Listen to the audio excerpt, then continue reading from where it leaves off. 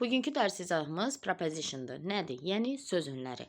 Azərbaycan dilində sözlərin sonuna biz şəkilçi əlavə edirik. Məsəl üçün deyirəm ki, qapıda, stolda, masada, nə bilim, başqa sözlər əlavə eləyə bilirik. Şəkilçi əlavə eləyirik. Amma ingilis dilində sözlərin sonuna biz eş şəkilçisi əlavə eləyə bilirik. Bir də 1-2 məsəl üçün yəli forması var, apostrof s-dən istifadə eləyirik.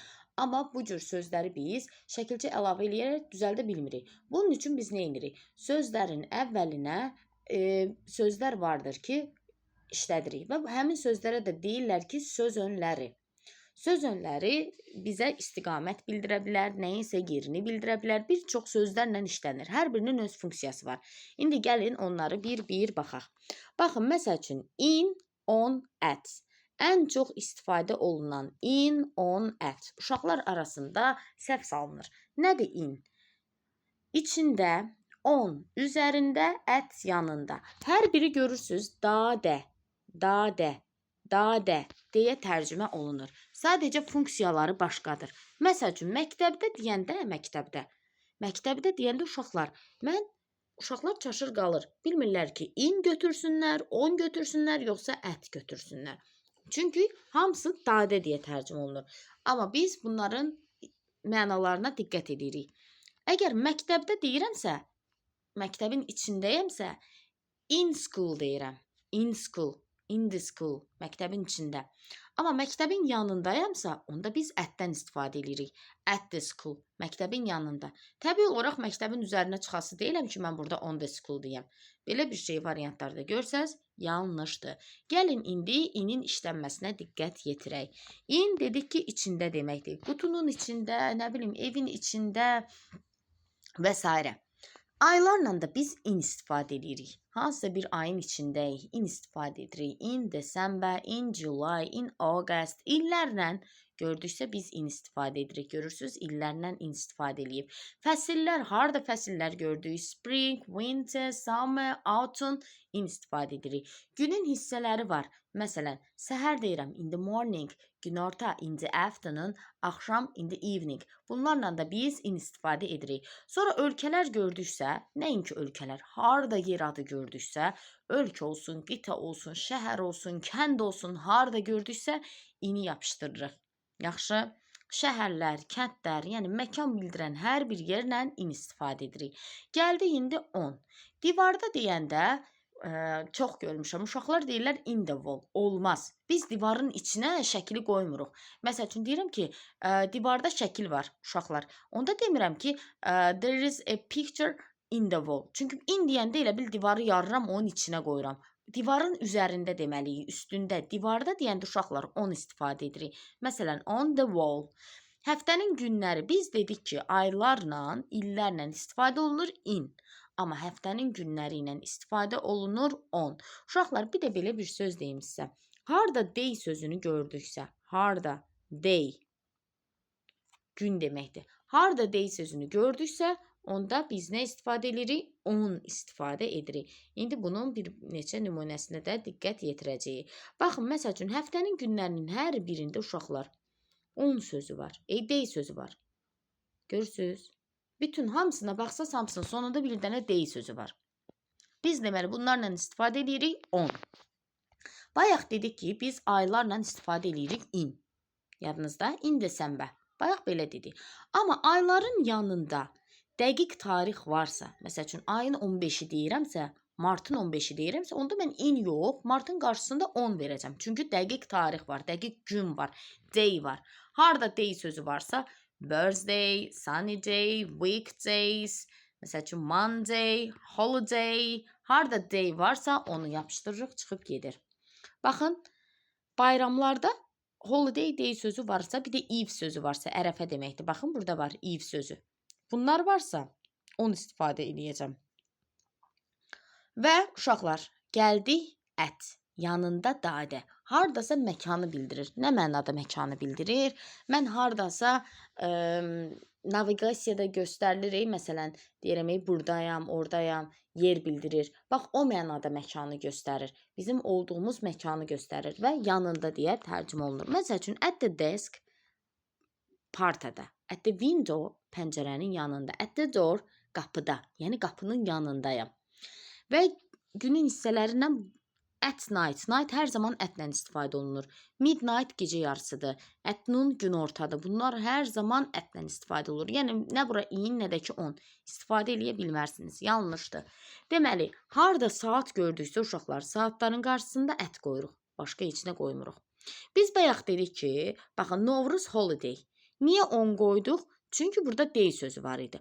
Amma burada day sözü olmayanda Christmas day, görürsünüz, day sözü var, 10 qoydum. Amma day sözü olmayanda uşaqlar ətdən istifadə edəcəm.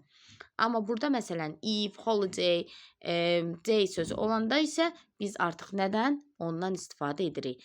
Baxın, elə sözlər var ki, onlar özlərindən əvvəl söz önü almayacaqlar. Məsəl üçün this, next, last, every. Bunlar özlərindən əvvəl söz önü almayacaqlar. Deməli belə uşaqlar, baxın, Sunday ilə dedik ki 10 olar. Amma next olduğuna görə orada artıq 10 istifadə eləyə bilmərəm. Eyni ilə last, every, next, this. Bunları gördüksə onu ümumiyyətlə hər hansı bir prepositionu yığışdırır uşaqlar. İndi bəzi sözlər vardır ki, məhz prepositiondan istifadə olunurlar, düzəlirlər. Gəlin indi onlara baxaq. Məsələn, behind arxasında deməkdir. Arxada, arxasında deməkdir. Məsəl üçün deyirəm ki, our house is behind the supermarket. Bizim evimiz supermarketin arxasındadır. In front of uşaqlar qarşısında deməkdir. In front of qarşısında. Opposite əks tərəfdə deməkdir uşaqlar. Əks tərəfdə, yəni üzbəyüz mənasında, əks tərəfdə, qarşı-qarşıya. Amma biri də var ki, məsəl üçün evdir, evin qarşısındadır. Evin qarşısında bağ var. Amma biri də var yolun o üzündə, üzbəyüz.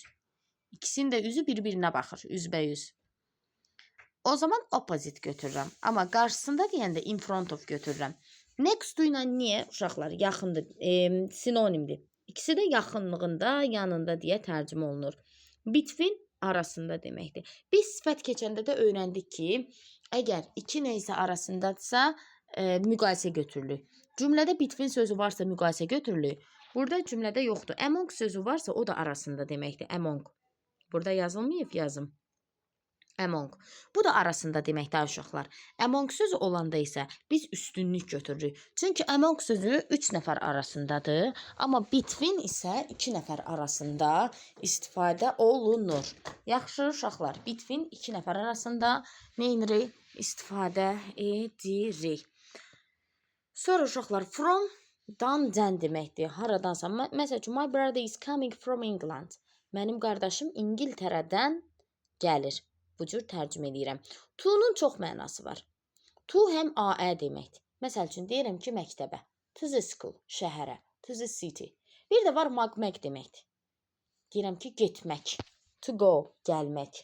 To come. Görürsünüz, magmək dedim. Biri var into. In, iç deməkdir, içinə, içində. To da AE'dir. İkisi də birləşəndə olur nə? İçinə. İçinə, into.